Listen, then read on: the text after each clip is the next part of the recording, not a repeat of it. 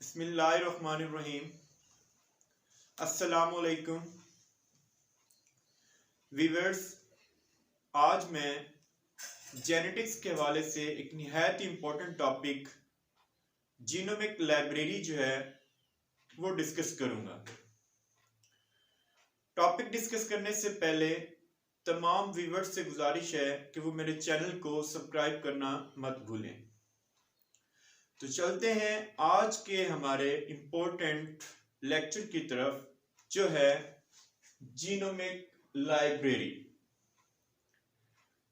Genomic word genome से related है, जो कि हमारे पास क्या होता है, complete full set of gene जो होता है एक इंडिविजुअल का, वो हमारे पास जीनोम कहलाता है। यानी कंप्लीट जेनेटिक मेकअप जो होता है इंडिविजुअल का, वो हमारे पास जीनोम कहलाता है। और जीनोम की स्टडी को हम जीनोमिक कहते हैं। जीनोमिक लाइब्रेरी जो है हमारे पास कलेक्शन ऑफ बैक्टीरियल और बैक्टीरियोफेज क्लोन्स। जीनोमिक लाइब्रेरी जो है हमारे पास कलेक्शन है किस चीज की, बैक्टीरियल या बैक्टीरियोफेज क्लोन्स की। Each clone contain a particular segment of DNA। Her clone जो होता है, चाहे वो बैक्टीरियल हो चाहे वो बैक्टीरियोफेज क्लोन हो, उसमें एक मखसूस सेगमेंट ऑफ डीएनए जो है वो मौजूद होता है फ्रॉम द सोर्स सेल। कोई भी सेल का सोर्स जो है, प्लांट का, एनिमल का, उसका पार्टिकुलर सेगमेंट ऑफ डीएनए जो है वो मुश्तमिल होता है इन क्लोन्स में, जिन्हें हम बैक्टीरियल या बैक्टीरियोफेज कहते हैं। तो ये हमारे पास जीनोमिक लाइब्रेरी हो गया। अब हम एक जीनोमिक लाइब्रेरी को प्रिपेयर कैसे करते हैं, प्रिपरेशन ऑफ जीनोमिक लाइब्रेरी। सबसे पहले जो हमारे पास ऑर्गेनाइज्म जो होते हैं, उसके डीएनए को हम सिंपली जो है कट इनटू पीसेस, उसका होल डीएनए जो है उसको हम पीसेस में कन्वर्ट कर देते हैं। फिर ये तमाम पीसेस जो होते हैं of DNA are put into vectors. इनको हम वेक्टर्स में इंट्रोड्यूस करते हैं। ये वेक्टर्स हमारे पास प्लाज्मिड या bacteriophage. These vectors are then taken up by host bacteria. Then these bacteria are cloned. फिर इन बैक्टीरिया की क्लोनिंग की जाती है। Clones contain all the genes of organism। जो हमने कट किए थे डीएनए को पीसेस में, वो तमाम के तमाम जीन्स जो हैं वो हम डिफरेंट काइंड ऑफ क्लोन जो तैयार करते हैं उनमें शामिल हो जाते हैं। यानी जो क्लोन्स होंगे उसमें हमारे पास क्या होंगे, जीन्स मौजूद होंगे ऑर्गेनाइजम्स के। ये क्लोन्स हमने तैयार कर लिए और तैयार करने के बाद हमारे पास जीनोमिक लाइब्रेरी जो है वो बन गई।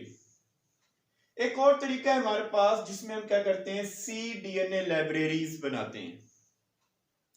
सी डीएनए लाइब्रेरीज से मुराद कॉम्प्लीमेंट्री डीएनए लाइब्रेरीज हैं।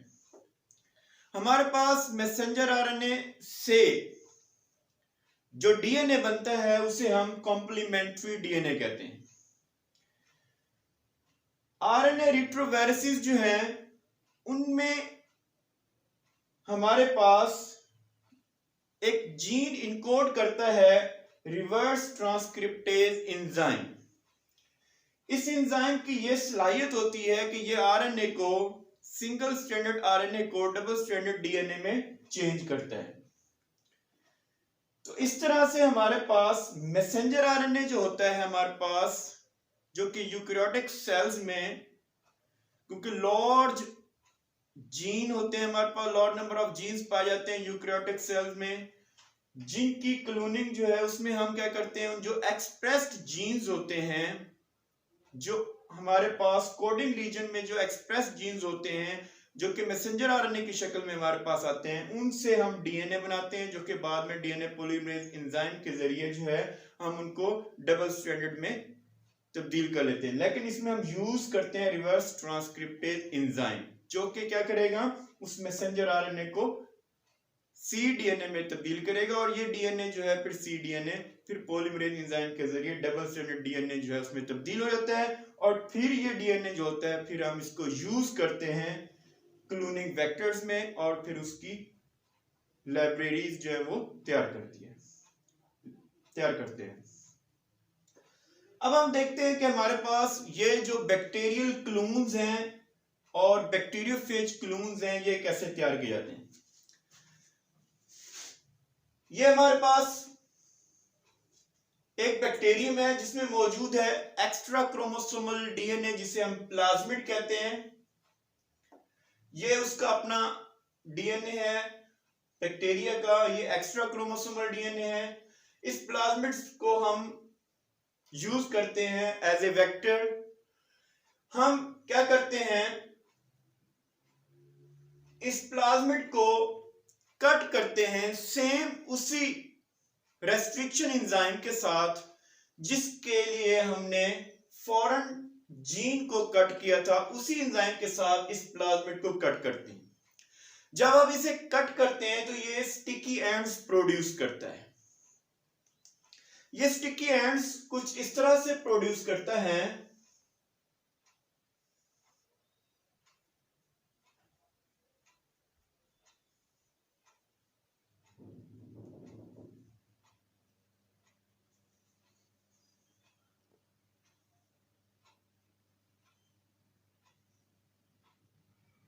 ये स्टिकी एंड्स प्रोड्यूस होते हैं। ये स्टिकी एंड्स जो है इन फॉरेन जीन्स जो हमने हासिल किया था, जिसको हमने क्लोन करना है, वो इन स्टिकी एंड्स में लाइगेज एंजाइम के जरिए जुड़ जाता है और जुड़ने के बाद हमारे पास रिकंबाइंड प्लाज्मिड जो है वो बन जाता है। जो हमारे पास एंडोन्यूक्लियस एंजाइम होते हैं, अगर वो सेम पोजीशन पर कट करते हैं तो हमारे पास जो स्टिकी एंड्स प्रोड्यूस नहीं होते उसमें क्या होता है, हमारे पास ब्लाइंड एंड्स प्रोड्यूस होते हैं, ब्लंट एंड्स प्रोड्यूस होते हैं।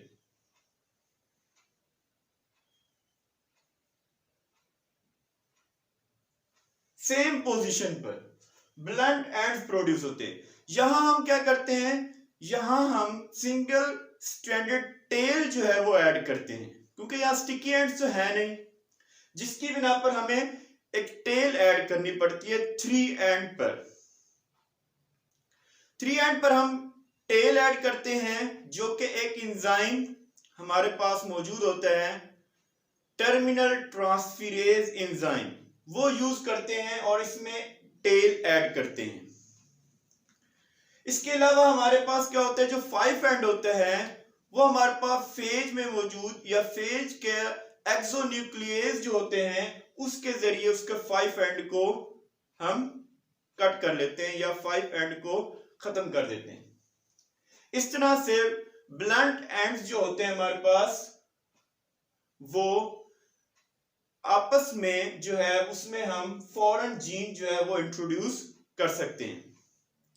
आमतौर पर यूजुअली जो होता है पॉली ए टेल जो होती है वो वेक्टर में इंट्रोड्यूस की जाती है, जबकि पॉली टी टेल जो होती है हमारे पास वो फॉरेन जीन में इंट्रोड्यूस की जाती है, या ये वाइस वर्सा भी हो सकती है, यानी पॉली ए टेल इसमें और पॉली टी टेल वेक्टर में भी इंट्रोड्यूस कराई जा सकती है। लेकिन यूजुअली क्या होता है कि हम यूजुअली तौर पर आमतौर पर जो है हम वेक्टर में पॉली ए टेल इंट्रोड्यूस करते हैं और पॉली टी टेल जो है वो हमारे पास फॉरेन जीन में हम इंट्रोड्यूस करते हैं।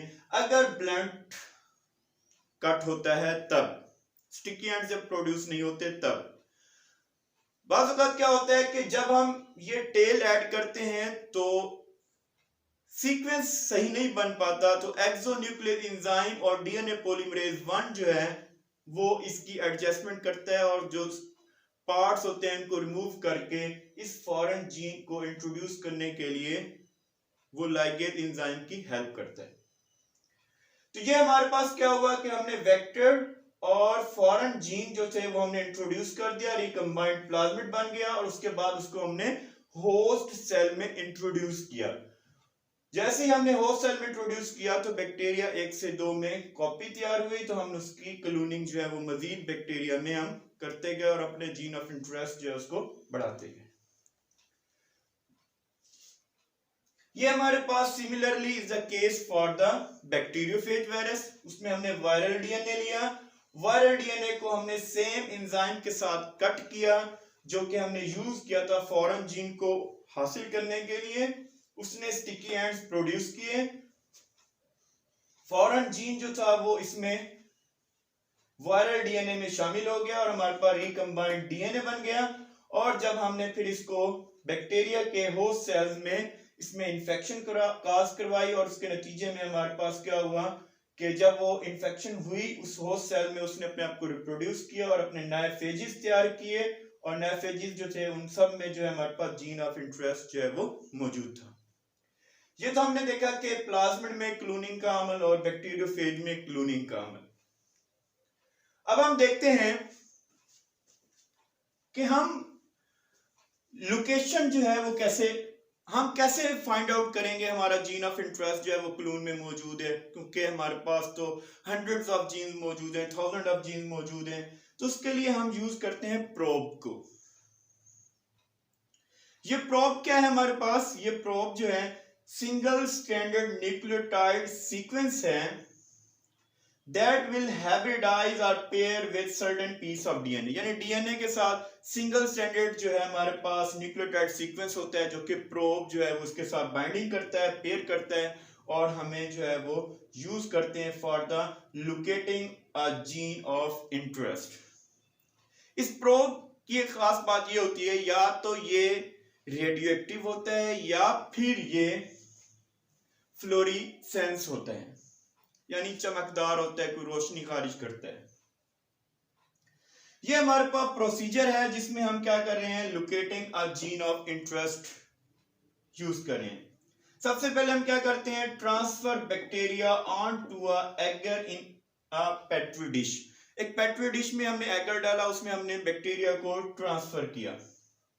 ये पेट्री डिश है जिसमें हमने क्लून्स जो है वो तैयार किए हैं और उसके बाद हमने क्या किया, इन क्लून्स को हमने ट्रांसफर किया, transfer clones on to membrane add probe.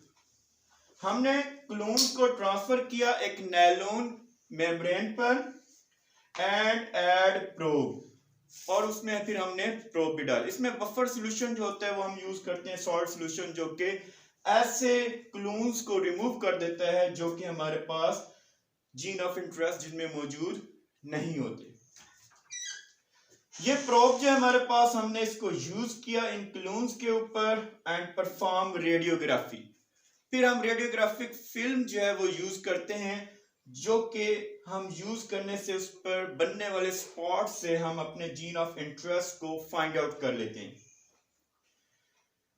फिर हमारे पास क्या है, क्लून हैविंग जीन ऑफ इंटरेस्ट जो मौजूद है, फिर हम इनफेक्ट मोर बैक्टीरियल होस्ट में उनको इंट्रोड्यूस करते हैं और उनकी कॉपीज जो है वो या हम क्लून्स जो है वो तैयार करते हैं जो कि हमारे जीन ऑफ इंटरेस्ट से रिलेटेड होते हैं।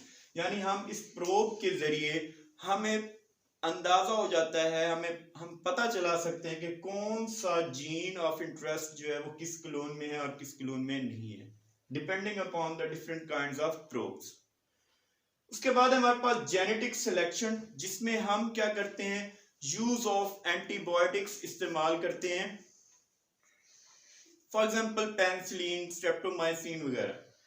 ये एंटीबायोटिक्स जो होते हैं हमारे पास यूज होते हैं कि जो बैक्टीरिया जो होंगे हमारे पास एंटीबायोटिक रेजिस्टेंस होंगे वो सरवाइव करेंगे और बाकी जो है वो सरवाइव नहीं करेंगे। तो ये जेनेटिक सिलेक्शन में जो है हम एंटीबायोटिक्स यूज करते हैं। एक वर्ड और है हमारे पास, कंप्लीमेंटेशन स्क्रीनिंग। आमतौर पर ये होता है कि जो जीन ऑफ इंटरेस्ट होता है वो म्यूटेशन जब शो करता है तो उसमें हम क्या करते हैं कि हमारे पास जेनेटिक सिलेक्शन जो हम करते हैं can be based on the ability of the wild type allele of a gene to restore the normal phenotype to a mutant organism. यानी जो म्यूटेंट ऑर्गेनिज्म था उसमें जो चेंजेस आई थी वो रिस्टोर करके अपनी नॉर्मल पोजीशन पर जब आ जाता है तो हमारे पास ये कंप्लीमेंटेशन स्क्रीनिंग कहलाता है। ये था आज का हमारा लेक्चर। उम्मीद है कि आपको पसंद आया होगा। Thank you very much.